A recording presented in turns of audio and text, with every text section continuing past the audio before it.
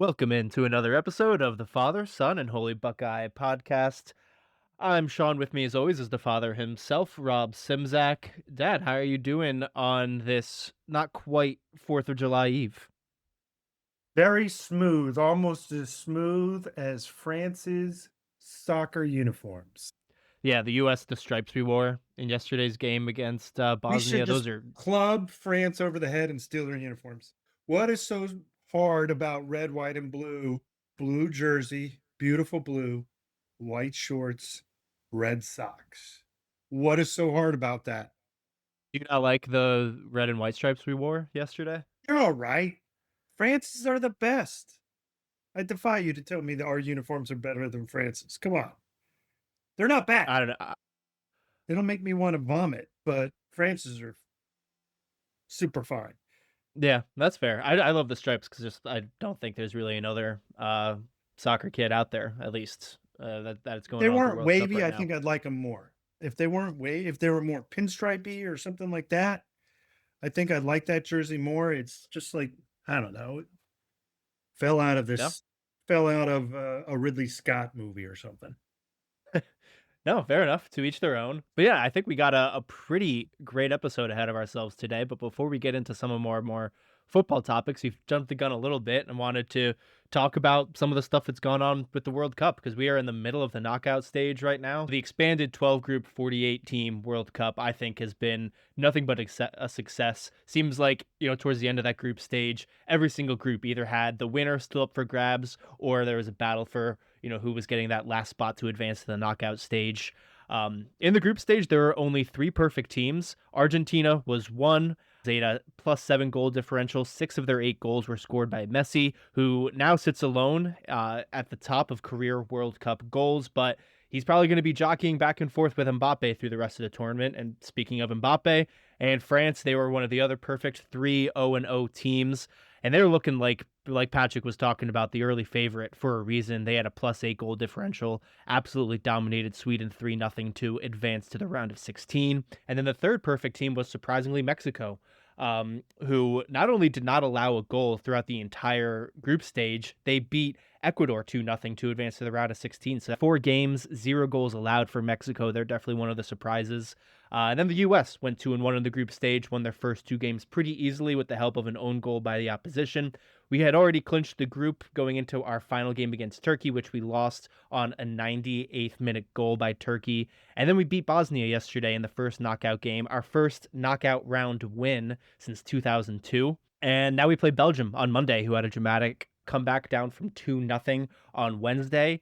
Again, contention for one of the games of the tournament so far, but I think it's lining up pretty nicely for the U.S. to make it to the quarterfinals, where we would, if we get that far, likely be playing either Spain or Portugal, which, if we get that far, would probably be the biggest game in the history of the U.S. men's national team. Knockout stage started on Sunday with Canada squeaking by South Africa with a late goal after a bad clear attempt by South Africa. And then Monday was a nearly perfect day of soccer. 3 games, all of them have an argument for game of the tournament so far. Brazil beat Japan 2-1 after being down at halftime, absolutely dominated the second half and had their game winner in the 96th minute. Germany went to extra time with Portugal at 1-1. It looks like they had the game-winning goal that was then waved off by VAR for a penalty on the goalie. So it went to PKs, then it went to sudden death PKs. Germany skied theirs, and Portugal brought it home for the upset of the tournament so far. And then Netherlands and Morocco capped off Monday with another extra time thriller, went to PKs, which Morocco won. Some of the other teams that have advanced to the round of 16 so far are Norway over Ivory Coast. England beat Congo 2-0 yesterday thanks to two late Harry Kane goals, and then Spain beat Austria 3-0 today. There's a few more games left before the round of 16 starts. Portugal and Croatia are actually playing as we speak. That was 0-0 or 0-0, sorry. It still Last time is. I It checked. still is. It still There is. we go. And then we got Switzerland, Algeria tonight, and tomorrow is Australia, Egypt, Argentina, Cape Verde, and Colombia versus Ghana, with the quarterfinals starting on Saturday. So, bit of a mouthful. Wanted to catch our listeners up with where we're at in the World Cup. I have some questions for you, Dad, but before I get into those, just what are your thoughts, general takeaways from what's been an incredible World Cup so far? Well, I'm going to try and drop some knowledge on you. You did such a good job of reminding the listeners that once upon a time the Mavericks had Luca and Jalen Brunson on the team at one time, drafted them in the same draft. Well, at one time, they're the Mavs of the English Premier League are the Tottenham Hotspur. Because at one time they had the guy playing for the Croatian Vampires of the World Cup, Luka Modric, and at one time they had Harry Kane. Now they were not on the team together, but they basically let them go for nothing. There isn't a robust trade market in the English Premier League, but to have two of the greatest players, arguably, you made a top 15 list of the greatest players of the last 50 years. They're probably both on it for sure. And Tottenham let them go for nothing. So, I didn't know that because of a cheapskate owner. yes, yes, yes. Tale as They old as let time. Harry Kane go. He basically was a free agent. He could sign with anybody. And he went to Bayern Munich and he's done nothing but he touches a ball and it's a goal. That's what he's done.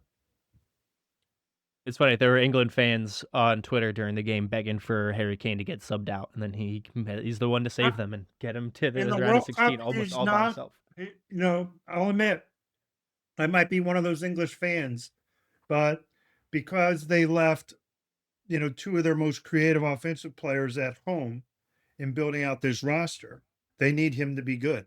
You know, soccer's a funny game. Not everybody likes it, but it's hard to score. He's the one bona fide scorer they have. They have other guys that can get goals. Bellingham, Saka, but Kane's the one guy you throw across into the middle. Who's going to get their head on it? Harry Kane. So that's really the only number 9 they brought was Harry Kane. I mean, they have others He's on the kind of team. he's having the World Cup I was kind of expecting out of Pulisic, because I mean Pulisic's done a great job of creating, and he's been indirectly responsible. I feel like for probably half our goals this tournament so far, but I don't think he's gotten a goal himself so far. No, he hasn't, but he's played well.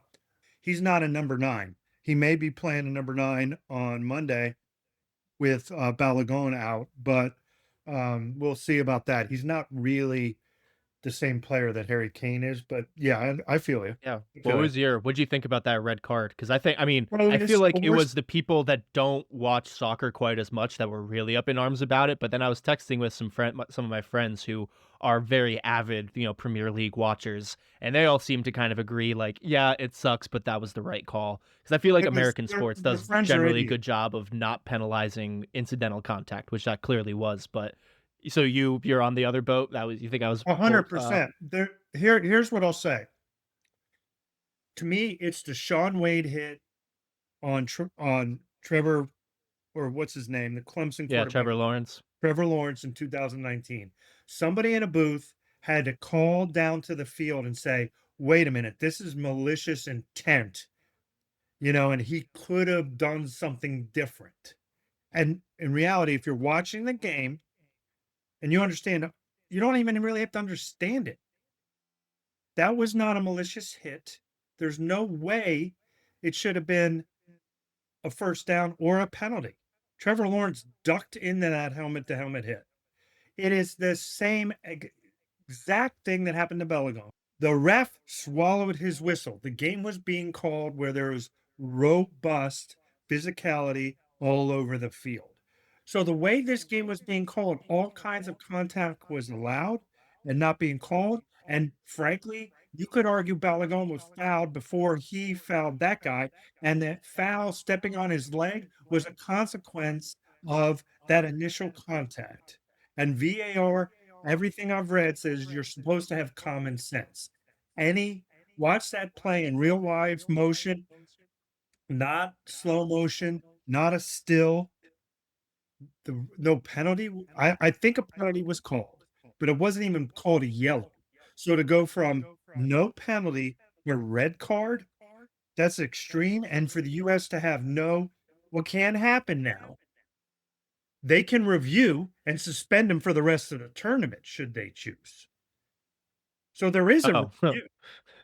That yeah. FIFA's I thought you bloody. were saying that his suspension for the next game could get taken out because they already said that's not happening. But I can't It imagine won't they would happen. It add shouldn't anything more to happen, that. but there is a review So I'm going to hold out a little candle of hope, um, a little a little snowball in hell that I gave Brandon Sorsby.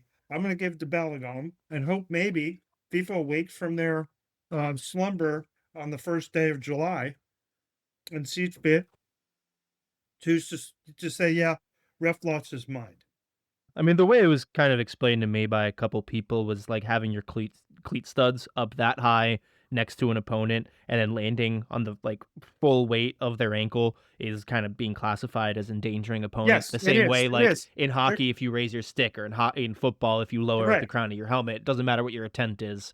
What they saw with their eyes was endangering. So I kind of get it. Again, I'm But not then as close to soccer to. Messi should be out because Yeah, no, that's I was gonna say Messi had the exact same thing and exactly, nothing and came there of have been that. other examples of that probably in that game yesterday. If you want to watch all 100 and whatever minutes and look for and then watch every tackle, I bet you'll find them. For that's my point. For VAR to call down on that play in that game, the way it was called, with Bosnia doing the stuff that they were doing, it's totally egregious. It doesn't make sense. There, i.e., no common sense. VAR is supposed to have a common sense. And if I'm correct also in what I've been reading, VAR isn't supposed to stop it and use stills and slow mo. They have to see something, and I guess they saw something really egregious, but they only saw it in slow motion, which testifies to the fact that it was real game action. There was no malicious intent. If the guy was hurt and couldn't play, then maybe I'm like, okay, maybe a yellow, maybe a red. But the guy got back up and he played the rest of the game. And he was mugging Balagon the whole doggone game, had no fouls called on. So it's a bad call. I'm going to hold out a snowball's chance in hell that it'll be reversed. I don't think it will, but there you go. That's my thought on that red card. Yeah, no, If fair enough. Valid to be upset about it, I think. I mean, I was watching at a bar yesterday and everyone was pretty up in arms, but I had a feel couple like other questions for you. Sean, I feel about that red card the way I feel about Alexi Lawless as an announcer. How about that? Oh God. Okay, well, I'll have to stop you there before we get too far into another Rob the Rage machine, right? Yeah, we don't want to Um, go there. but I had a couple other questions kind of expanding outside of just the US. I wanted to get your thoughts on some of the stuff we've seen in the World Cup so far. Um, So just kind of some quick hitting questions. Best match of the World Cup so far. I was planning on doing just the group stage, but we've seen so many great games in the knockout round so far. I wrote down the 2-2 tie between Uruguay and Cape Verde. That was probably my favorite game of the group stage. Some of the games we saw on Monday were awesome, but I did miss Belgium's comeback from 2-0 in the past final 10 minutes of regulation. So what was your game of the tournament? I think hands down the best game of the tournament was Colombia against Portugal. That was end to end. Anybody that doesn't like soccer, go check it out on your stream it. Hopefully you can find it. Best 90 minutes end to end action I've seen in a long time. Colombia had 24 shots. They were averaging a shot every, what's that, 3.5 minutes? And they weren't just like shots up into the stands, they were howitzers from every angle. Portugal, arguably one of the 4 or 5 most, maybe 6 most talented teams in this tournament, they were on their heels for most of that 90 minutes. And they got off, I think it was 13 shots. They're going to be a handful, that team. Yeah. They're good.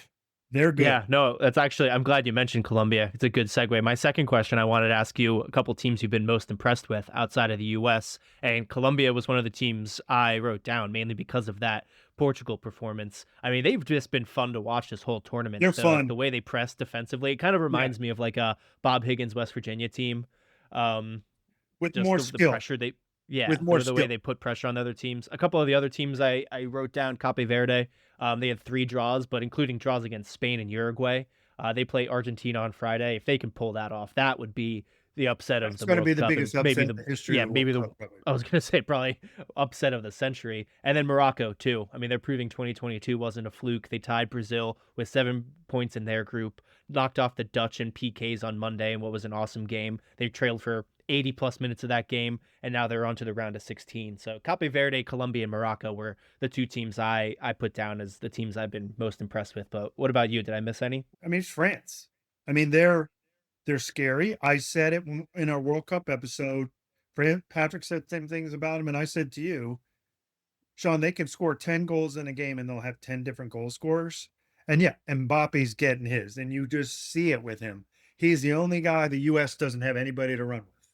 He's got another gear that nobody else in the world has. He will go deep. If he's engaged, he'll go deep into his own end, get the ball, and then take it 90 yards downfield. And there isn't much a team can do to stop that. He is a freak of nature. But that whole offense, Dembele had a hat trick the other day. Doesn't score at all, then gets a hat trick. Elise is, just dishing the ball everywhere, does a scissors kick and it goes off the post. And the scary thing about them, I mean, they will have a game where somebody gums up the works for them and makes it hard. Senegal did it for a half against them. They will have a tough half, maybe a tough game, but I also don't think, yep, you mentioned it. They just blew out Sweden, but I didn't think they hit their top gear against Sweden. I mean, they did for stretches, but I think their finishing wasn't as clinical as it could have been. They should have had 7 or 8 goals in that game. Yeah, I mean you're so right. They just look so scary, like as close to a super team as like again, I'm not a huge soccer guy, but I've watched every single World Cup, and I don't remember off the top of my head seeing an international team look this dominant, already like going into the round of 16. Yep, they're. I mean, Argentina is. They were saying it during the France game the other day. The announcers were, and I didn't know if I agreed with them. Argentina looks like a team and France like a collection of artworks. I don't know if I agree with that, but Argentina, they'll bite France's legs off to win. Yeah. They're ruthless that way. And I don't know that France has that requisite, you know, Mbappe's going to get fouled.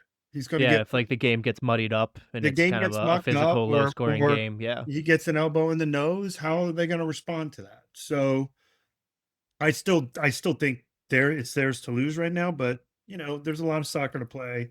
We haven't yet gotten into the round of 16, so um, let's see. Yeah, we shall see. Well, how about on the flip side? Any teams that you've been disappointed by or you were expecting better performances from? I wrote down Uruguay. They had a Oh yeah, 95% chance of advancing to the knockout stage entering the tournament, but they find themselves already at home after failing to win a game in the group stage. But anyone else that has well, been kind of it's like you disappointing were in your looking eyes? at my notes that I'd used to prepare for this discussion. Uruguay's number one. It was so bad, Sean. I don't know if you read this. Their coach is a pretty good coach. He brought Leeds up from lower divisions into the English Premier League. He's a very, very demanding coach though, because it's total press, total full throttle attack, and then get the ball back.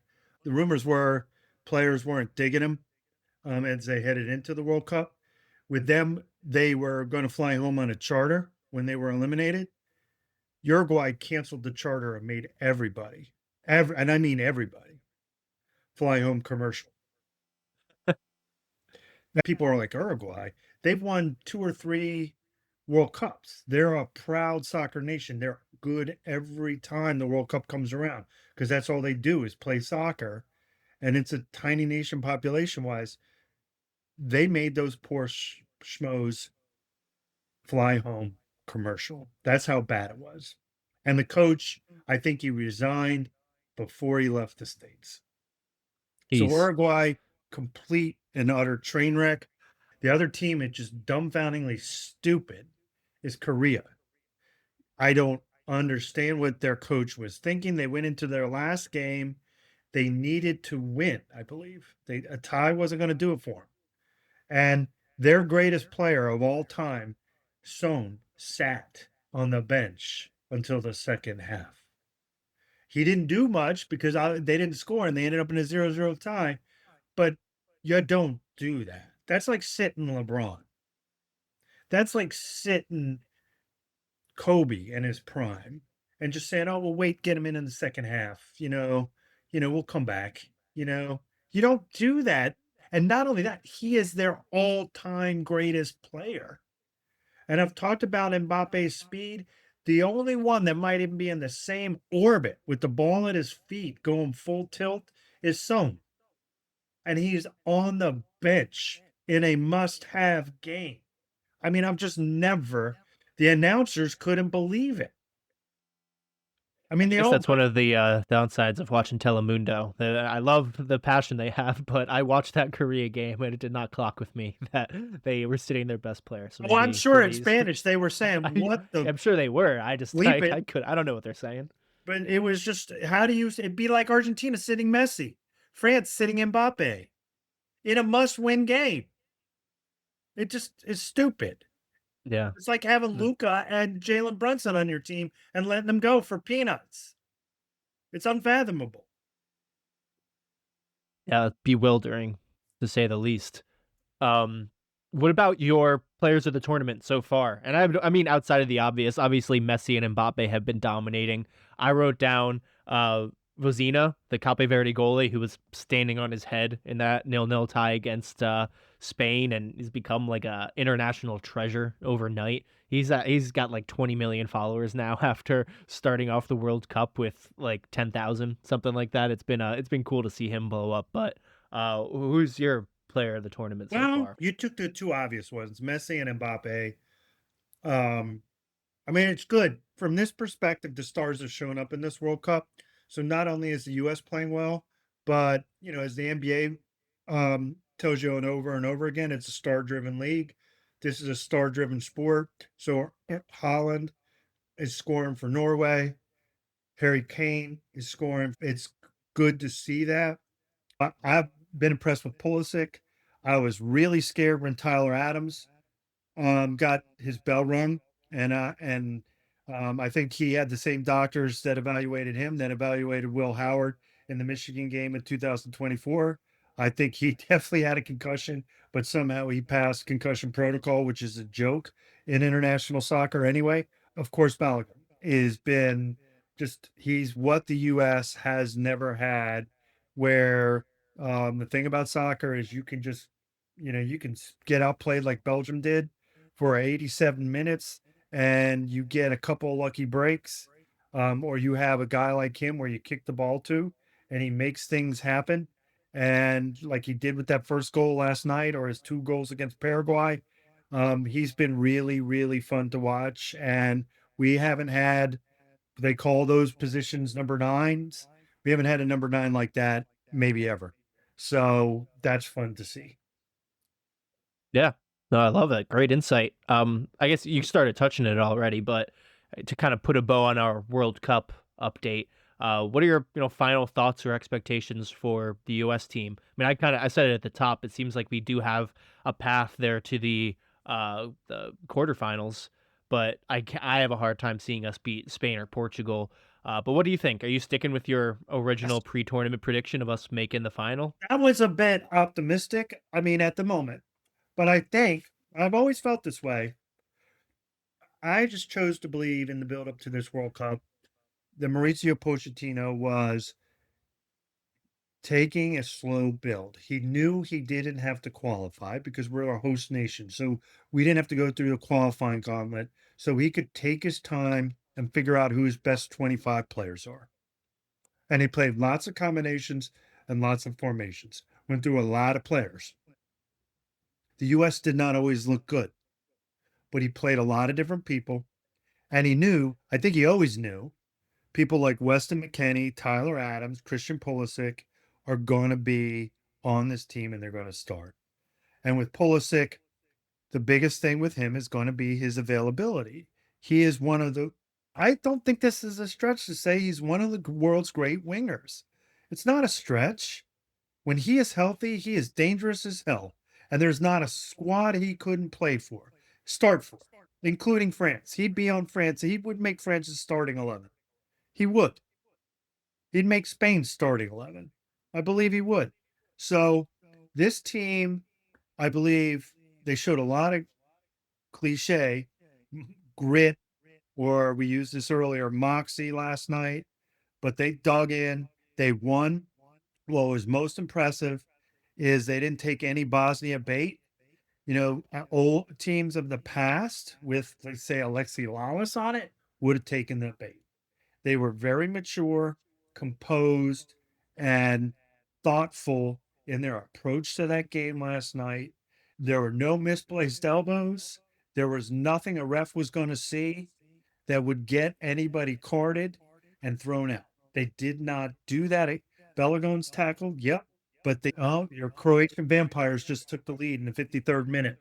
1-0 Croatia. That's what impressed me the most. Their athleticism and their speed. Bosnia was stunned by the US speed. They were. And just like Paraguay was, just like Australia was, they were stunned. So I didn't expect a 7-0 game. I expected them to win. It would have been grossly disappointing for them to lose. I think they can beat Belgium. There's no team other than France they can't hang with. In conjunction with their athleticism, we have a manager. US has a manager that knows how to dial up a tactical game plan to win a game. And he may tweak the approach game to game based off the opponent, knowing who he's going to face the next 2 or 3 games. And we haven't had a manager like that ever, full stop. And I'm just going to say to everybody that's, not a football or soccer lover, we have a big holiday coming up on Saturday. Carry it over to Monday. Wear red, white, and blue. Cheer. Show up for this team. I don't want to sound like a homer, but go USA. We're going to the Final Four. Oh, right. Well, you heard it here. I'd be ecstatic to have that happen. But good insight here. I think we can put a bow on football and get to some real football. For this next topic, I'm going to call it Ohio State Summer Workout Warriors, because we're at the time, it's a slow news cycle. All the reports coming out of every camp across the country is, so-and-so is in the best shape of their life. And, this player is going to have a career year. This player is a breakout. But I wanted to take this as an opportunity for you and I to stake our claim in a couple players, talk about some guys that we think are going to take a big step forward, guys that are going to win starting jobs. But I just want to stake our claim and put our names next to a couple players that might not be, well known around the country now, but by the end of the season, they will be. So you good if we just, alternate? I got 3 guys I wanted to talk about, so we can just We go may one have after the another. same 3 guys because I was there's gonna say you and remarkable I. remarkable symmetry between our notes today. So if you want to I mean, I start, feel like you and I are kind of usually on the same wavelength with stuff like this, so I'd be surprised if we don't have at least one overlap. But yeah, I'll start it off with a guy that I'm so excited about. That's Riley Pettijohn in our linebacker room. I think he is going to be the next great Ohio State linebacker. This is a really fascinating room because it's wide open, with Sonny Styles and Arvell Reese both going to the NFL. Like Pettijohn, Peyton Pierce, Garrett Stover, TJ Alford, Christian Alliegro, who's our transfer from Wisconsin. Those are all going to be starting for those, or competing for those 2 starting linebacker spots. I do expect this room to be a lot more of a rotation than we saw last year with Styles and Reese when they really never came off the field. So the starters may change week to week. We may, have as many as 4 guys who end up getting fairly even snaps in any given game. So it'll be interesting to see how we utilize these players in this room. But either way, this room is totally up in the air. But I'm staking my flag in Pettijohn to be the leader of this group. I think by the end of the year, he's going to be our best linebacker, one of the best linebackers in the country. Sonny Styles was even talking him up at the combine. He said he was a super athletic guy, has a great rush ability, great bend, but he's also really good off the ball. Just a young guy. He's working his way up, and I'm super excited to see him. That's what Sonny Styles said about Pettijohn at the combine. And obviously, he didn't see a ton of slaps as a freshman last year, but I was impressed with what I saw. He's 6'2", 230, but he moves he moves like Reggie Bush almost. He's just so fast. He definitely has pass rush potential, and I'm just excited to see what he turns into. My thing with him, I know he's going to be great. I can just feel it in my bones. It's just a matter of, is he going to step in week one, kind of like Arvell Reese did last year, and make himself a nationally known name in the first week? Or is it going to take some time where he starts off kind of as a backup in rotation and works his way up throughout the season to play his best ball at the end of the year? And then the Pettijohn hype train really gets going heading into 2027. So I don't know if it'll be week one this year or week one next year, but I know in some capacity, Pettijohn is going to end up being a household name. All right. Not one of my three. So that was a bit of a surprise. I didn't think you'd go there. I don't want to sound too much like a fanboy here. Like we're not there in Columbus. We're not seeing this. I don't want to have my glasses be too scarlet through which I see the world.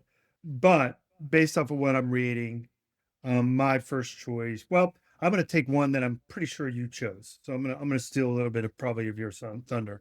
I'm going to say Legend Bay. Uh, Um, no, I thought about him. I didn't but yeah, And so no, great pick. our lists are going to be very different. He just sounds like he's got a gear that's different than even Trevion's. You just haven't heard Ryan Day gush about somebody who hasn't even played a snap the way he's about Legend Bay.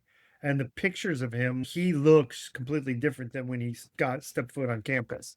And if he runs like the wind, like they say they do, it'll be very interesting. He's going to get some run this year.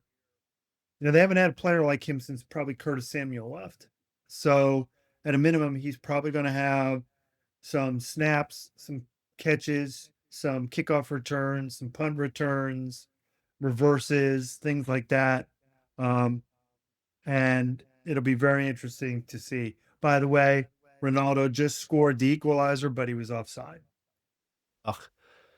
Um, So Thank you that for the updates. But yeah, no, I think that's a great call, and I'm just fascinated to see how we use him because you're right. I mean, he's not a true running back. He's not a true receiver. He might settle into a role later in his career, but that's like the one thing I haven't seen too much out of Ryan Day is like using these athletes like him in unique ways. Like even Xavier Johnson, I was kind of like his last year. I was always wanting, like, I felt like we could do a little bit more with him. yeah, So I yeah. just hope that his talent doesn't go to waste. Yeah, I mean, this guy, well, the one talent he seems to have is he's got a gear that just everybody marvels at. There've only been two other freshmen that I can remember Ohio like being talked about like this in their first spring and summer with the program, and that was Jeremiah Smith, obviously, but then Dontre Wilson back in 2013. You The had to way that get that Urban in. Meyer, You had to get the yeah, dot trade mention in. There you go, Kyle. There you go. I mean, talk about a player. I mean, he was so electric his freshman year. I still don't know what happened to him. He like bulked up and lost his speed, but I mean, if Legend Bay has a freshman season like Dontre or Jeremiah Smith did, I think that'll be a pretty big success. Yeah. Your second. Um, Give me your Yeah, second. I'll stay on the defensive side of the ball, and I guess I'm cheating a little bit because he was a starter last year, so this Ohio State fans are going to know him. But Jaylen McClain, I think he's going to be an All-American in 2026. Part of the reason I love him is he is a Jersey guy. He played in all 14 games as a true freshman in 2024. That was mainly on special teams.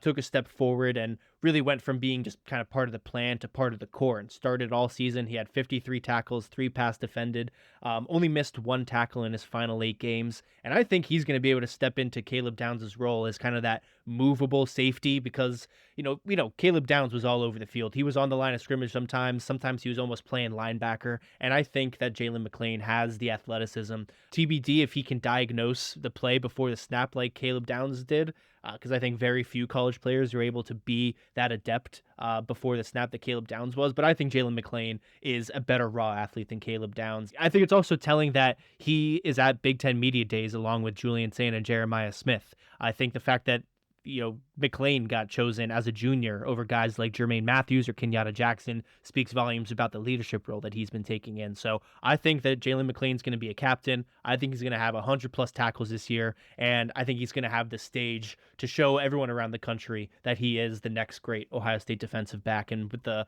big time games we're playing this year, I think that'll be enough to get him All-American. The only thing I'd say in projecting his success is the safety room is surprisingly strong with the kid they brought in from Duke and the kid they brought in from Florida State and what they had returning. So I think if they're if form holds, I mean, they can't really do this too much in the early part of the season, given how much, how many bangers they play this year, Ohio State. But I think they're going to rotate a lot, and that may keep some of his production down to try and keep him fresh for November, December, and January football. So, yeah, but a good call there. Um, my second pick would be, again, we're not there, don't see him, but Brock Boyd. So Brock I Boyd, was thinking about putting him too. I'm sure you were. He's for the uninitiated, an underrated recruit. Sounds like a bit like Chris Olave. Just knows how to run routes, catches the ball, is really smart, eats, sleeps, and breathes football, works out like a maniac, and catches everything. And he was, not that this matters and is not necessarily a predictor of success, but I believe he was the first freshman to lose his black stripe, which means Yeah. you're part of the team now. You're officially no longer, a freshman. You're now part of the team. So that's a big deal, losing that. It's a crowded wide receiver room, but I think the difference between this, again, we're going to talk about this a lot. I think there's going to be a lot of rotation and a lot of players are going to get run. And I think that's the one thing Hartline did not do, which is why the two starting wide receivers at Notre Dame are ex-Ohio State players. Um, I think you're going to get a lot of run in the wide receiver room, and he's going to have a chance to make plays. And I don't think he's going to redshirt. So, um, Yeah, good call. I think that is the biggest difference with our wide receiver room this year. It's like I think we've been used to kind of having two alphas and then not a whole lot of production outside of them. Like we had Olave and Garrett Wilson for a couple years, yeah, and yeah, Abuka and Marv, Jeremiah and Carnell, and that our second wide receiver. We probably don't have a second guy this year that's ready to step right into the NFL. But like the aggregate of our wide receiver 2 through 6, I think is going to be a yeah. lot I think you're stronger going than to in see a years lot of past. guys catching balls this year, from out of the wide receiver position and also out of tight end. So, Yeah. and by the way, Ronaldo's got a penalty kick to take the tie at 1-1. Oosh. Okay. I mean, so that seems like an automatic goal. Well, we'll But see. Yes, but I will let our dear listeners know. so if you yell while I'm talking here, I'll know why. Yep. But my last player I wanted to talk about, definitely not a sexy player, Joshua Padilla, who I think is going to be our starting right guard. I really think that he is the X factor on this offensive line because listen, we have four starters returning, and usually that would mean high expectations for the offensive line, but it's easily our biggest question mark heading into the year. I expect Austin Seyerveld to stay at left tackle. I was really happy with how he played last year, and I don't want to get too cute plugging in a new left tackle there. There has been talk about him moving to guard, but I think he stays at left tackle. Right tackle is between Ian Moore and Philip Daniels. Daniels was that Minnesota transfer. He played well for the most part last year, but he in particular really struggled in our last two games. So that'll be an interesting battle.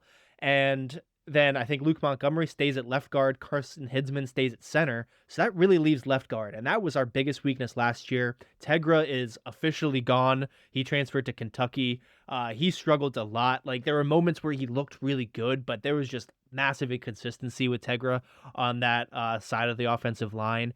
And, there is talk about the loser of that right tackle position between Ian Moore and Philip Daniels. Maybe they could slide in to guard Gabe Van Sickle, he's competing for a spot, but I really think Joshua Padilla is the answer here. I think he gives us the reliability that we've been missing from our interior line last year. Tegra, I think, has a higher ceiling, and he could very well develop into a great NFL guard. But I just think his inconsistency was infuriating, and Padilla isn't as much of a physically imposing guy, but he has the most returning experience out of any of the guys that are competing for a starting job, and I think he can really help limit mistakes because the thing with Arthur Smith's offense, his philosophy historically values physicality, communication, and reliability up front. I think our guards are going to be expected to process things very quickly and execute, combo blocks, very consistently and do it correctly. And really, I think the biggest thing in an Arthur Smith offense is avoiding negative plays that derail drives.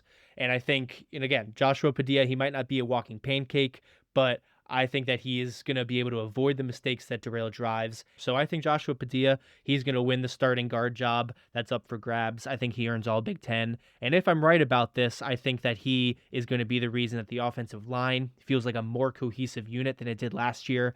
And if we have a truly dominant offensive line, that is what's going to springboard us to a national championship. Feel you. I feel you. It's a good call. I would not have thought our lists are completely different, and I wouldn't have guessed that. So thematically, my last guy is well. I also, listeners, if you're getting a theme, I think both Sean and I, without rehearsing this, are saying there's going to be a lot of rotation this year. I think the defensive coordinator generally likes that. I think Larry Johnson generally likes that. Larry Johnson has a defensive coordinator that he can work with, and I don't think he and Knowles got along at all.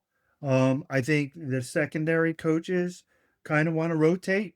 So I think you're going to see a lot of rotation on defense. And I think Ryan Day has learned.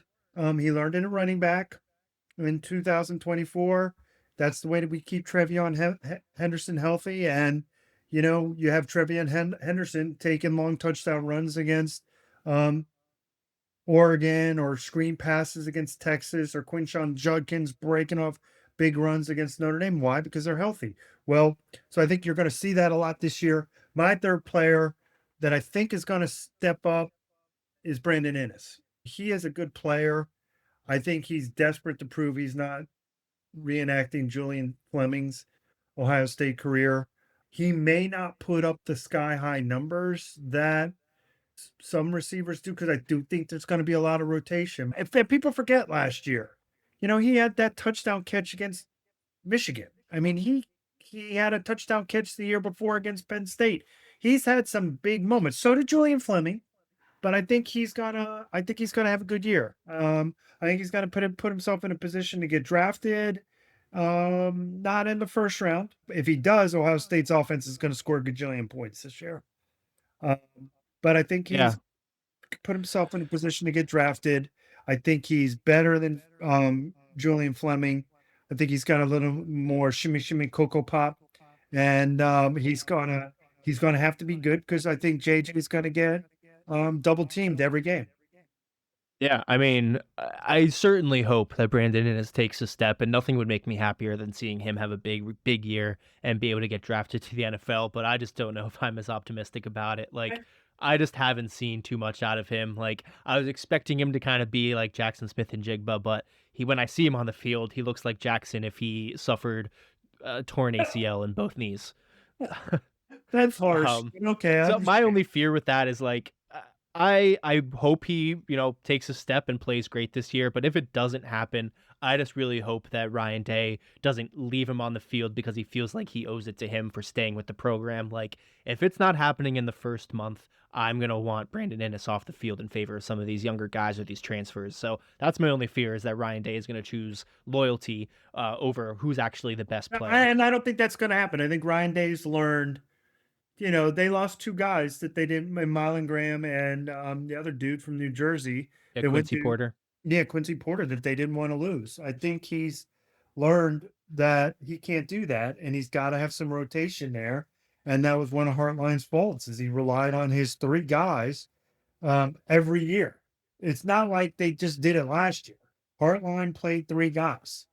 There's a reason Jameson Williams left and went to Alabama.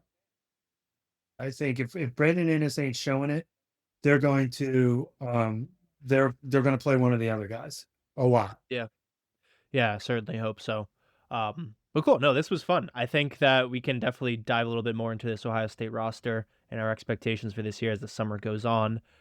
Before we kind of get into some quick news tidbits in the post game spread, Bill Connolly, he released his SP Plus rankings, and this is essentially like a computer ranking taking into account, coaching changes, incoming transfers, and freshmen, returning guys, how you played last year, to come up with kind of the first preseason poll, if you will.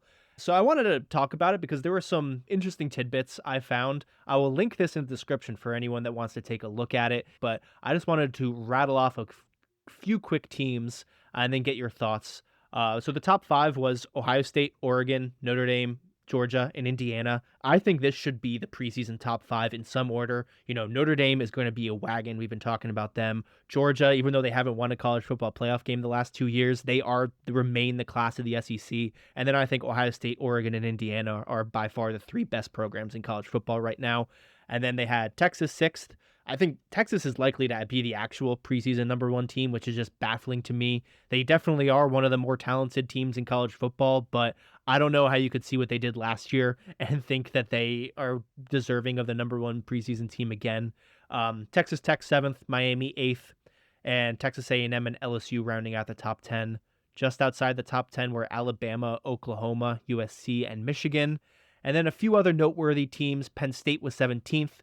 Feels about right to me. This isn't taking into consideration their schedule for this year, which we've talked about is very manageable. So again, I think if they're not able to make it to the college football playoff, I think that's going to be a red flag. Iowa was 22nd, kind of exactly where we expect to see Iowa every year.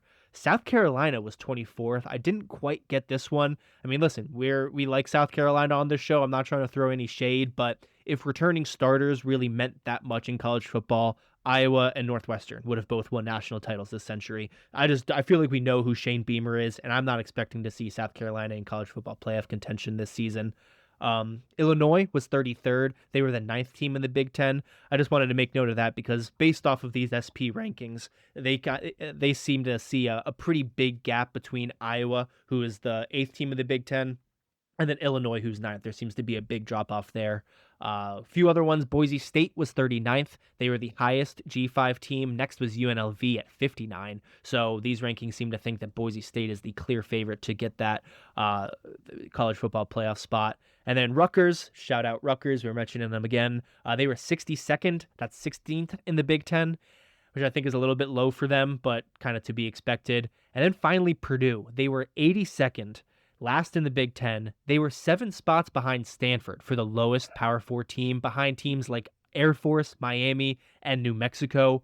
It's just crazy to me. Like, I think one of the biggest what ifs is what if Jeff Brom never left Purdue, because he had him as a top 25 team in this 12 team format. Purdue, not saying they would have made the playoff by now, but they would be a team to talk about in November. And if Jeff Brom was still there with what Kirk Cignetti's doing at Indiana and Marcus Freeman at Notre Dame, like if he had stayed, Indiana would have been the center of the college football world, which is just crazy to think about. And there were a few other teams I wanted to touch on briefly, but did anything stand out to you when you were looking at this? Well, I'm going to give you some teams I think are maybe potentially overrated. And I know what the name of this podcast is, and I know this is going to be sacrilege. And I know you're probably going to go to the bathroom and puke alongside your Charles Woodson puke. I'd say Ohio State. They may well win a national championship. But I look at that, it's mostly schedule for me. And we know they have 5 bangers. They got Texas, they got Oregon, they got Indiana, they got USC, and they got Michigan. Those are bangers. So if they go 3-2 there, I think everybody from Ohio State's going to be happy. They go 4-1, going to be ecstatic. They go 5-0, you print playoff tickets. But they also play Illinois, Nebraska, and Iowa. So those are 8 games. They have the 2 patsies at the beginning of the year. They don't really catch much of a break the entire season. So I don't see them finishing number 1 because of the schedule. I also want to call out, I think Clemson at 23, overrated. Agree. I actually over the years I've come to like Dabo. If for no other reason than Ryan Day said recently, not like last week, but in the recent past, he said one coach that made it easier on him was Dabo Swinney. He was really generous with his time, and I do think Dabo has a good heart. And he's had some good commentary about the tampering that's going on, the changes that are needed in college football. I think he's been a good advocate for the sport. He doesn't like what's going on, so he won't change. That's stubborn, but I increasingly respect his stance. But I do think they couldn't win with Cade Klubnik. They're replacing a quarterback this year. I don't even know who it is. I live in this state. I don't even know who their quarterback is. I'm sure you do, but I don't know. And they've just been wildly inconsistent at quarterback since Trevor left. I mean, grossly from game to game, week to week, year to year. They're just crazy weird at quarterback. So I just they got to replace a quarterback this year. I'm not optimistic. I got at Clemson at number 23. I'd say Washington, UW, shout out Ben, shout out Nancy, too low, too low. Mhm. If they can get the locker room, if the players don't hate the quarterback for trying to bail on him, the locker room's not fractured. I think Jed Fish next to Ryan Day, maybe Signetti's staff, but he's right up there as a play caller. They did lose some talent to the draft on both sides of the ball. I think Washington's too low. Like for the same reason Clemson's too high, Washington's too low. They have a Yeah, talent. I wrote down Washington too. I mean, happy to see them included at 21st.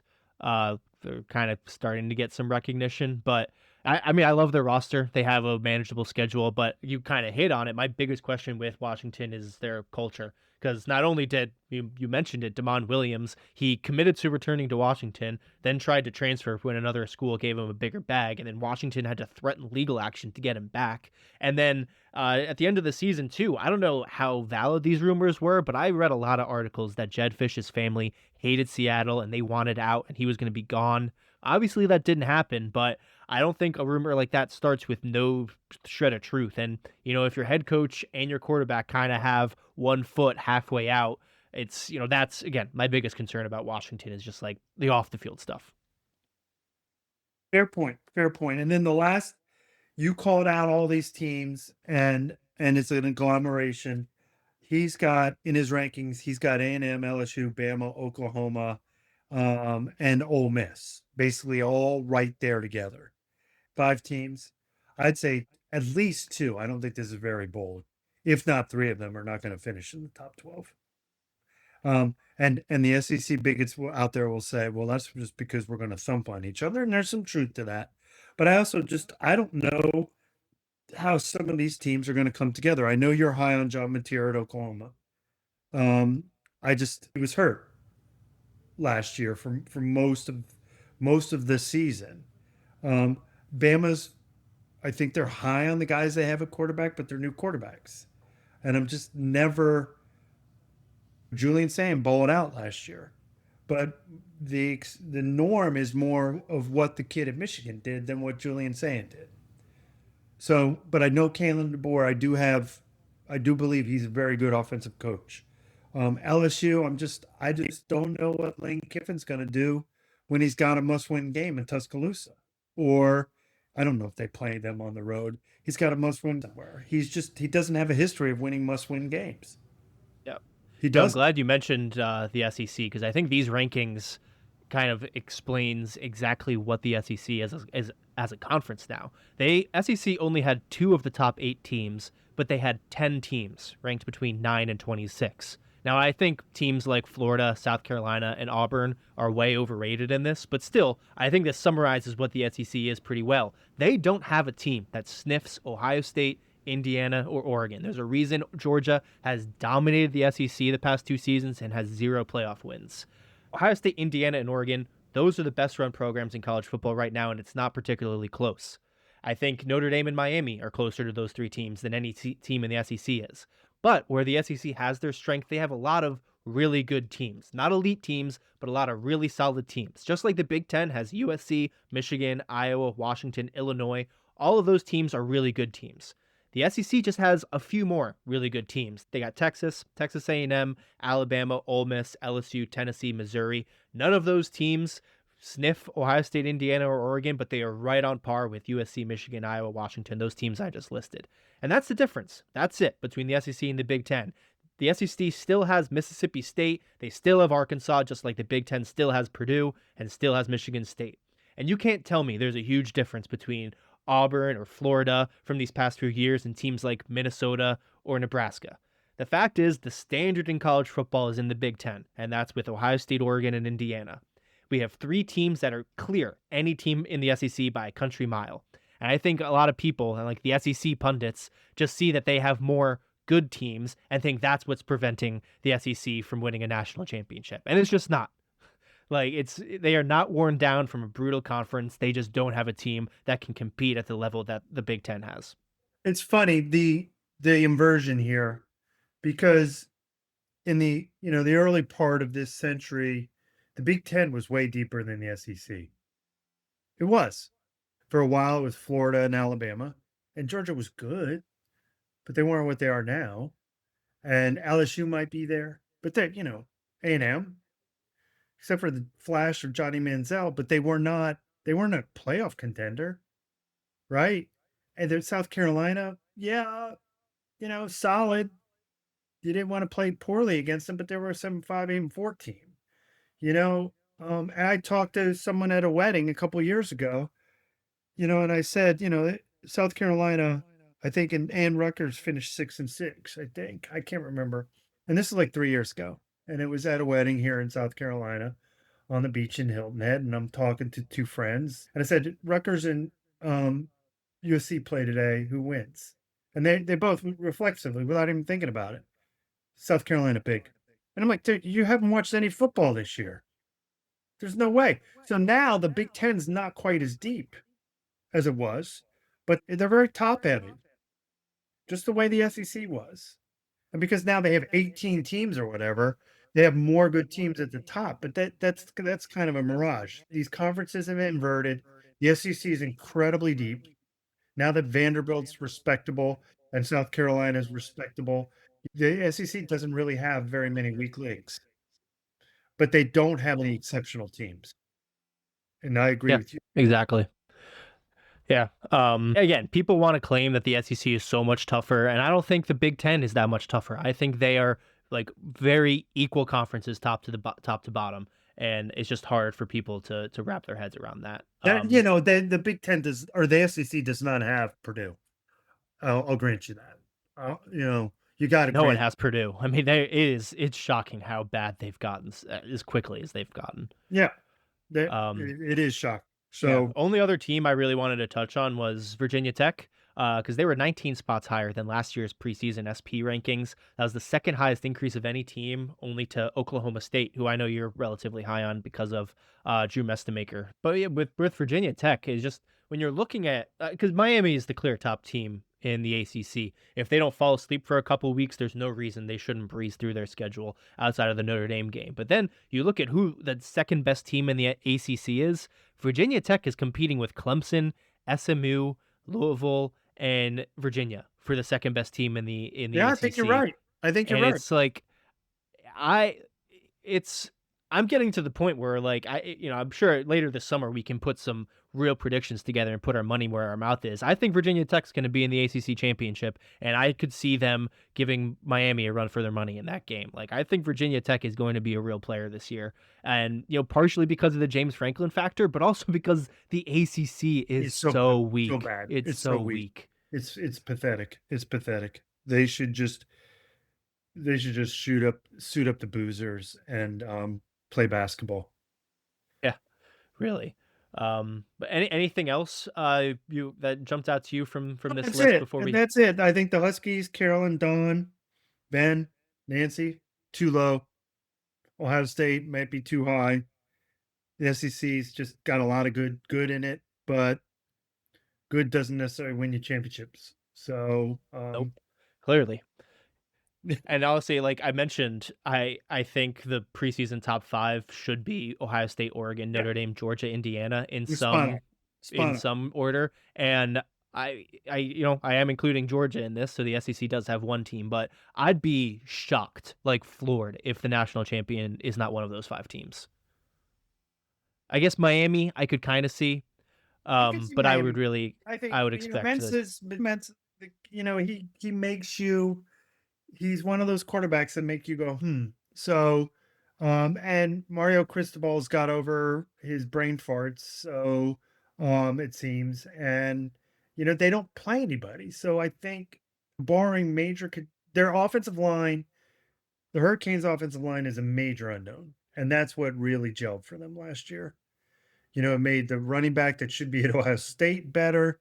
It made Carson Beck better generally. They have two outstanding wide receivers, but that offensive line is a big question mark. And they're Yeah. going to be counting on a five-star freshman to start and be impactful. And we talked about first-year quarterbacks.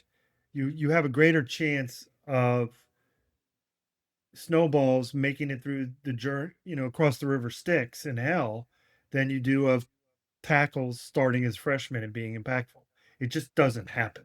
Yeah. So if Jackson Cantwell has to play, sounds like he's a starter for the Hurricanes. That may be a bridge too far for them. Yeah, Not no, that's a they really good point.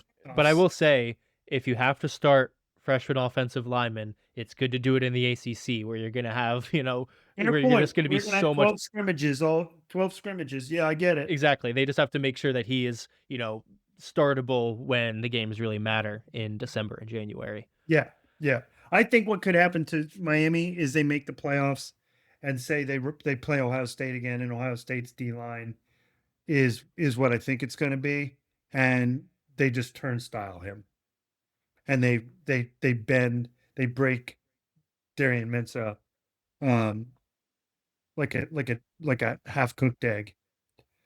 Yeah, Um, I can see that. I mean, at least Miami does have someone like Mensa who can create a little bit more if the pocket breaks down, like Beck quite couldn't. But I could enter by totally see that happening. Portugal in the 93rd minute, 2-1, and according to your cousin, Croatia's dominated this game.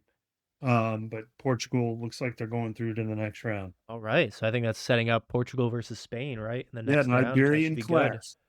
All An right. Iberian clash. Cool. But before we get into the post game spread, Ohio State's been, we had some headlines come out. I just wanted to touch on a few of them, Yeah, let it see if you rip. got any Let it thoughts. rip. So we landed huge recruit, 5-star defensive tackle Marcus Fakatu. I really need to figure out if that's the right way to pronounce his name because it sounds like I just said a 4-letter word. But he committed on Monday to Ohio State over Georgia and Texas. He joins 5-star edge David Jacobs on our defensive line, along with 4-star edge Wyatt Smith, who's also a top 100 player. We also now have 6 commitments along the offensive line. 5 of them are 4-star guys. 4 of them are top 300 players, and 2 of them are top 10 at their position. I think it's clear that Ryan Day is responding to what happened to us in those last 2 games where it matters most on the recruiting trail. And it's just great pulling up, our recruiting class for 2027. And all of our top players are offensive and defensive linemen, which I think is the first time this has happened under Ryan Day. So I just love how the trenches are being addressed right now. And we also got commitment from 5-star wide receiver Jameer Brown. That was a while ago, but we now have 7 top 100 players in total. We are now 6th nationally in the recruiting rankings, behind only Oregon in the Big Ten, and we are 2nd nationally in average rating, behind only Miami, which I think is a lot more valuable to look at because, Actually, again, in the one service, what were you looking at when you looked at it? When um, Rivals, I think Ohio State was number 1 in player rating. oh wow, I was looking at on 3, but yeah, what I was looking at was real close. But Yeah. then we also got That's the commitments most You're from. right. That's the most important measure. How good are the players you're getting? Yeah, And because Ohio half of these State, guys are going to transfer anyway, so I'd care more about the high level guys that are going to be able to start for you immediately and have a long term impact rather than they're bringing in 30 100%. 3-star guys and 10 of them are only going 100%. to stick around. 100%. We also got commitments from Marv's younger brother, Jet Harrison, Yeah, and baby. Austin Miller, who's the #1 wide receiver in 2029. So even without Brian Hartline, we have the #1 wide receiver in the 2027, 2028, and 2029 classes, which is ridiculous. The next guy we need to go get is running back David Gabriel Georges, who's between us and Tennessee. Ole Miss is starting to make a push now too, so we'll see if they get taken seriously, but that is going to be a really high-profile recruitment. We did lose out on the top cornerback in Ohio. He's from Cincinnati. He committed to Michigan, which was a bummer to see, but still our class is coming to, yeah. Fun fact, though, while I was looking through these recruiting stuff, I'm not sure if you know this, 12 of the top 13 players from the state of Alabama have committed so far. 0 of them have committed to Alabama, and the one uncommitted player is between Ohio State and Auburn. So it looks like Alabama is going to get 0 of the top 13 players from its own state. And similarly for Penn State, all of the top 20 players from the state of Pennsylvania have committed. Only 1 has committed to Penn State. Compare that to 2025 when 8 of the top 17 guys from Pennsylvania committed to Penn State. So might be a little bit of a changing of the guard in those two states. But any thoughts you have on what I just listed out, Ohio State's class, or Well, I guess I Alabama know and Penn State's lack of? Alabama, not to defend them, but I'm going to defend them a little bit. They are deliberately going to have a very, very small class this year, like frighteningly small, because they have so many guys that came back. So they don't have a lot of space. So they're deliberately not recruiting hard. I mean, they may have 5 or 10 guys committed, and that they're not going to be much bigger. They're not expecting another 10 guys to commit. This isn't going to be a Nick Saban class where they close with 25 stars on signing day. That's not what they're trying to do. So in their defense, there's that. I am shocked by that number about Penn State.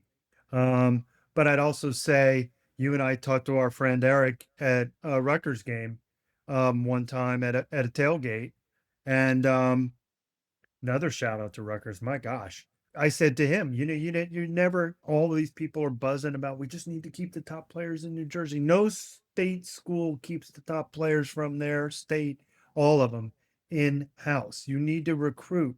Ohio State doesn't, for goodness sakes. I mean, heck, that guy committed to Michigan, right?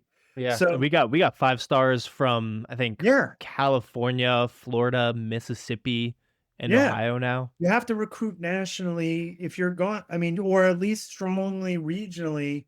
But another update out of Ohio State. We hired Andy Howell as a full-time scout. He kind of completes our coaching staff now. He's got 14 years of NFL experience. He's been with the Dolphins for the past 10 years. He's an Ohio native, graduated from Ohio University. And I've seen a lot of Ohio State fans, seeing that he worked with the Browns, Jets, and Dolphins, and are using that to say it's a bad hire. And I think that's a really silly take because, listen, a single scout is not responsible for bad ownership and management. Scouts are given, specific regions and positions to focus on. He isn't the one making the final call on draft day. And you don't work as a full-time scout for an NFL team for a whole decade through multiple leadership changes without being good at your job. I trust him to scout, college players for the transfer portal and high school guys for our recruiting class. I trust him more than, a 25-year-old analyst or a guy who's juggling scouting with game prep and practicing and going on visits. His only job is going to be to watch tape and identify the guys that we need to go get. And I think this is just a tremendous hire. It's like, it's clear that Ryan Day is continuing to run this program like an NFL team and like an NFL front office. So I absolutely love this move. But did you have any thoughts on it? Oh, you sold me. I saw the headline, didn't read a lot about it, but you sold me. I mean, it's you, whatever organization you're running, whether it's a Tiddlywinks club, a bike club, a company, a football team, high school, college, or pro, you want talented people. And this guy's probably very talented.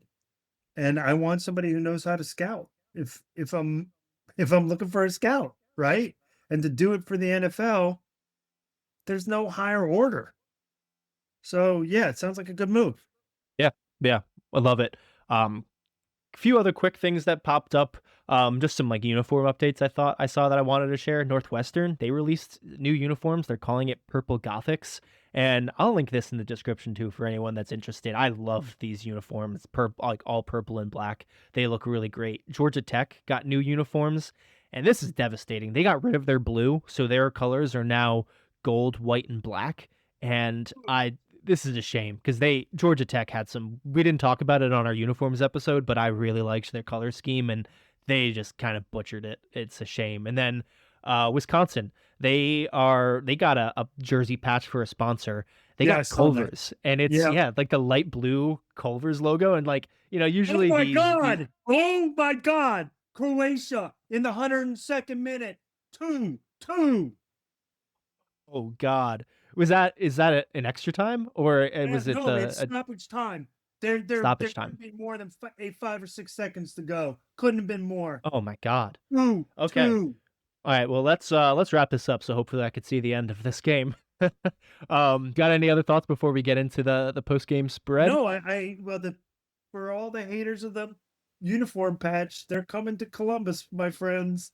They're coming to Columbus. Doesn't matter Yeah, whether it's I just windy, wanted to say about, shoulder. Wisconsin's I really liked Wisconsin's Culver's patch, how, like, the light blue It's kinda so plays it on there. brand. It's so on Yeah, brand, I liked you know? that, so, So, um yes. but yeah, so time for the post-game spread where you and I share something where reading, watching, drinking, eating, just something we are enjoying in our lives that we wanna share with each other and our listeners. So, Dad, what have you been enjoying? But I should phrase, what will you be joining in a few short Yeah, days? buddy. Well, another esoteric European sport. Everybody's going to think I've gone soft. Um, the Tour de France, the high holy days start for me on Saturday. So I'm going to have the World Cup going on and I'm going to have the Tour de France. I love that. So if you may give me the floor for just a few minutes, I'm going to try and wax semi-poetic about bike racing and why this is so important and why people should just give it a little bit of a watch. You don't have to be insane like myself, Please but be my guest.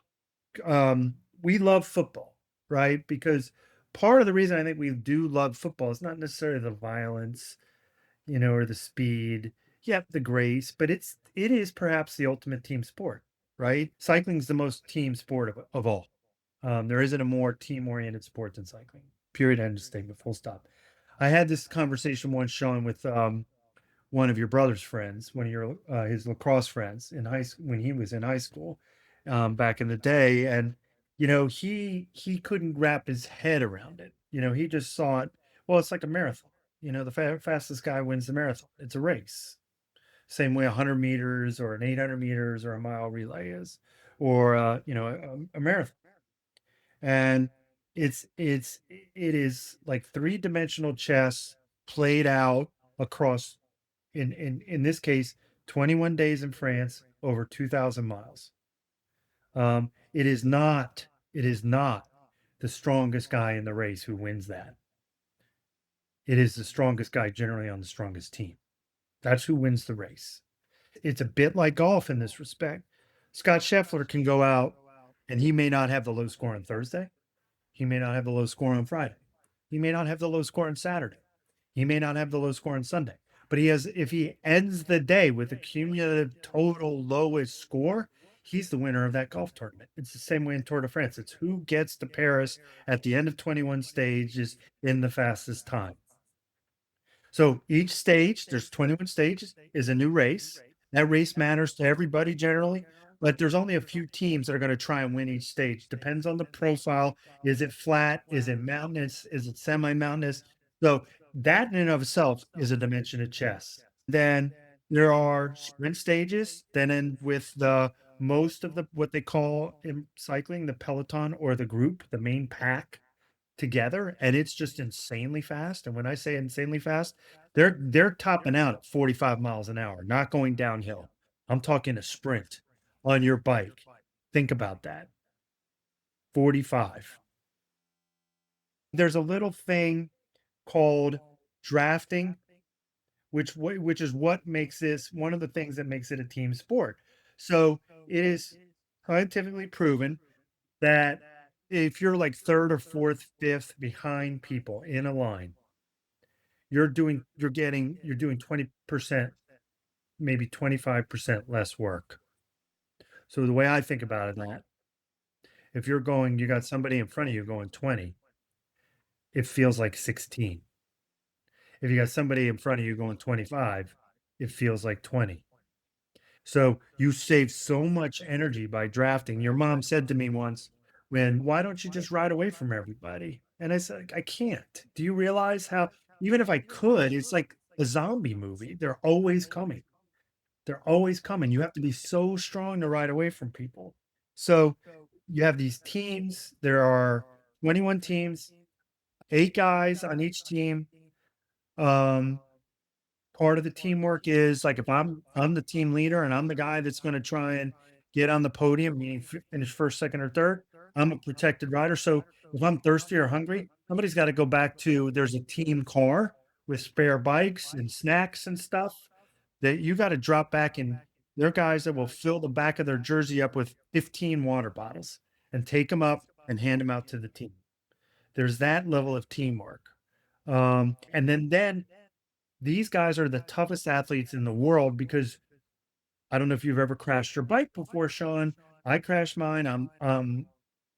You know, I'm like Eddie Murphy. You were crying like a pussy. That's me. I don't want to get back on that bike. I don't want to see it again. They get back on the bike and they finish the race.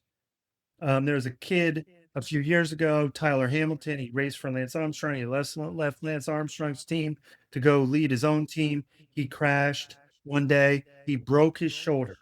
He did not withdraw from the race. The next day he rode, he won the stage, a mountain stage.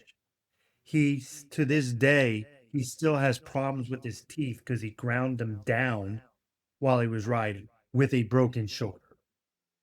So I'm not asking anybody out there to tune in and watch all 21 stages for 5 hours a day. That's too much.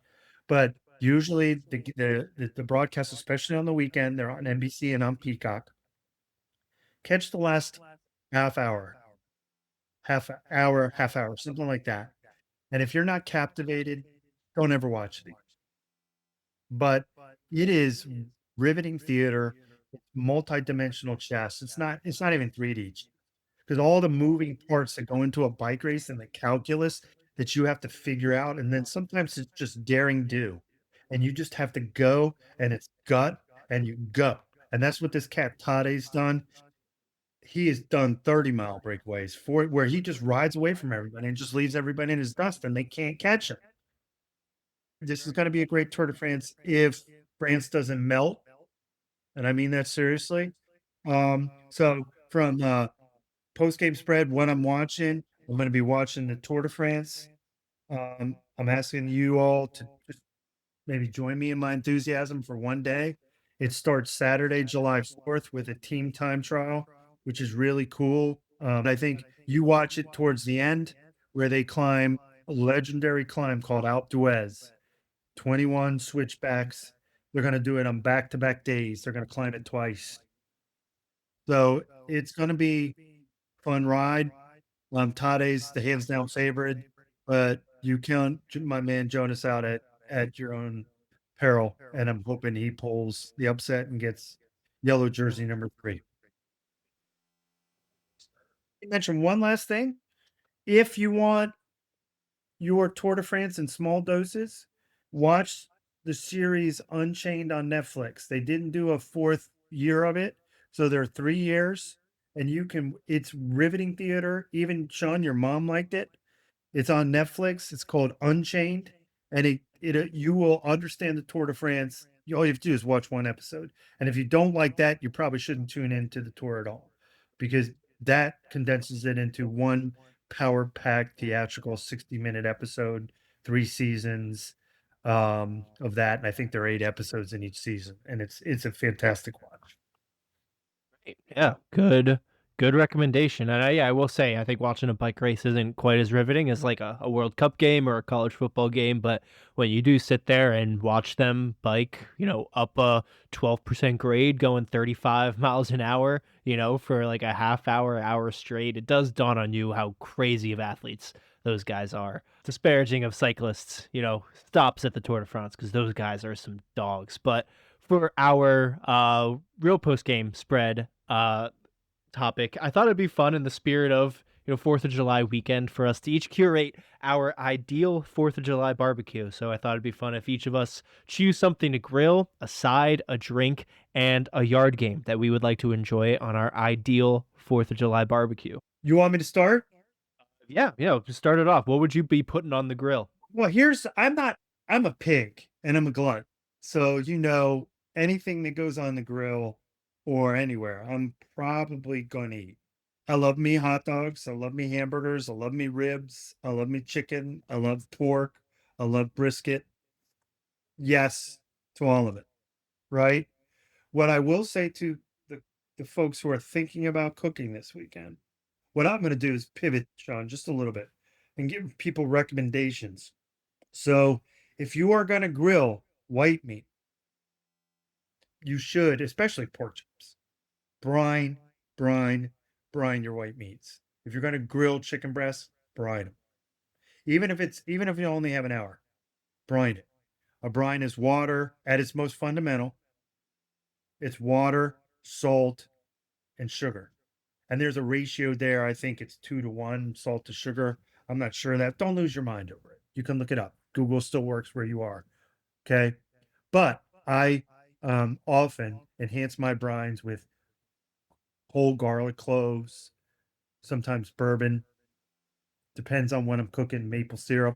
I was gonna say maple syrup has been a good addition to Yeah, maple brines. syrup Makes substitutes a your little for chicken sugar. nice and sweet. What's another cheat? Everybody probably has olives, pickles, pepperoncini. Save that brine juice. You can cut back on the salt and orange juice, citrus, throwing in, juicing some oranges and then throwing the orange, what's left of the orange in with the brine. Do that. It imparts so much flavor to your white meats. The moisture of the meat, you'll thank me later. That's my thoughts on July Hey, well, I'm 4th. gonna reel you back in. I'm gonna hold you to this. You can only put one thing on on the grill for your ideal 4th of July barbecue. What are you putting on the grill? Hot dogs. Really? Okay. Yeah, I was Casing meat. Just say, let me broaden it. Casing meat. yeah, some good kibasi. I don't hate that. I was trying to get cute with it. I was thinking of, some different types of like pork shoulders or something that would be good in a sandwich, but I went back to my roots and I want to put a ribeye on the grill. It's just simply the greatest food of all time. It's not bound by a season or an event. You can enjoy it in any conditions. So I don't care if this is a Christmas barbecue or a 4th of July barbecue. If we're grilling, I want ribeye on that thing. All right. All right. Fair. Fair. What would you put as a side with your hot dog? Hmm. Again, I'm a glutton. But you're gonna pin me down. I love macaroni salad. I do. Um, but I probably wouldn't have that. I'd probably have a good potato salad, um, and maybe German style potato salad or a good coleslaw. And coleslaw, you can go so many different ways. It could be a broccoli slaw. It can be, cabbage based. It can be vinegar. It can be mayo based. You can go so many different ways with that, but I'd probably go coleslaw or potato salad. Coleslaw and potato Yeah, salad. fair enough. I would go with cornbread to complement my ribeye. This is 4th of July we're talking about. I'm going to be drinking a lot, so I need something starchy to absorb up all that alcohol and make sure I don't fall asleep by 6 o'clock. So I got one news flash. Apparently the goal was ruled no goal. Portugal moves on. Oh, Croatia. you're kidding. No, I looked up. I don't know how that happened, but yep, you're gonna have to. Our listeners are gonna want to turn on the TV and check that out. All right. So what drink would you put with your coleslaw slash macaroni salad and Well, hot this is dogs? probably not gonna. I mean, I'd probably go beer. A good. I'm back after years in the wilderness. I'm back on the IPA train. Um, I'd probably go IPA, but since we brought it up before, and it is a great cocktail, foundation is an American Spirit bourbon. It also has Amaro, which is Italian, and I believe sweet vermouth, the paper plane, um, and I think a twist of lime, not lime, lemon. Great cocktail, great summer cocktail for those who like their Manhattans. This is a summery cocktail and a good option for summer. Um, I'd probably go paper plane to start and then switch to an IPA. Yeah, you're really bending the rules of this exercise, but I will allow it. Because I It, also my thought with the drink is, if I'm drinking one thing all day, it's got to be a beer, and I'm gonna go to one of my favorite beers, Hazy Little Thing. It's well, I didn't light, know you but it's wanted a specific beer. Okay, a hazy little thing. Good choice. yeah, Good choice. it's light, but it's hoppy. It's can you drink them all day, and it's not gonna make you feel too bloated. But it'll get you where you need to be. It's just a great beer all around. I love I it. would probably, if you're forcing me to choose a beer, I'd probably take Pernicious. Yeah, it's But another good one. But what would your yard game of choice be for this little shindig? well, since the last time I played, I absolutely smoked Will Geese cornhole. I mean, smoked not only Will, you and I smoked everyone. Yeah, that we did. fateful Oh, Thanksgiving it Day. was. We did. Yeah, we were running people out of the gym. So Yeah. yeah, it'd be Yeah, I thought cornhole. you would go with bags. I don't know if you've ever played this game. Probably not. I don't know if you've ever seen it played. Beer Die is the greatest drinking game of all time. It involves grace and precision, but also athleticism and dexterity, quick reaction time. It is a true physical game. It's it is my favorite, not only drinking game, my favorite game to play. I'd play it with water. Beer Die is it's an art, truly, and yeah, no barbecue would be complete without it, as far as I'm concerned. I think that'll do it for the post game spread and for today's episode. Thank you everyone for listening. Dad, any parting words to our listeners before we call this wraps? Well, use your turn signals. Don't tailgate, and be nice to each other. I like it. I'll add on to that. Don't cruise in the left hand lane. If you're going to drive in the left hand lane, Oh God, yes. Don't make Rob the Rage Machine come out. Come on. Don't tailgate and don't drive in the left-hand lane going 50. Please. We taught you yeah, better, people. we're making the world a better place, one listener at a time. We are. But thank you everyone for listening. This has been the Father, Son, and the Holy Buckeye podcast. I'm Sean. With me, as always, has been Rob, the father himself. And we'll be off next week because you and I will actually be together in person in New Jersey, which will be a blast. But I think we will catch you back here in a couple weeks. Stay safe and hope everyone enjoys their 4th of July.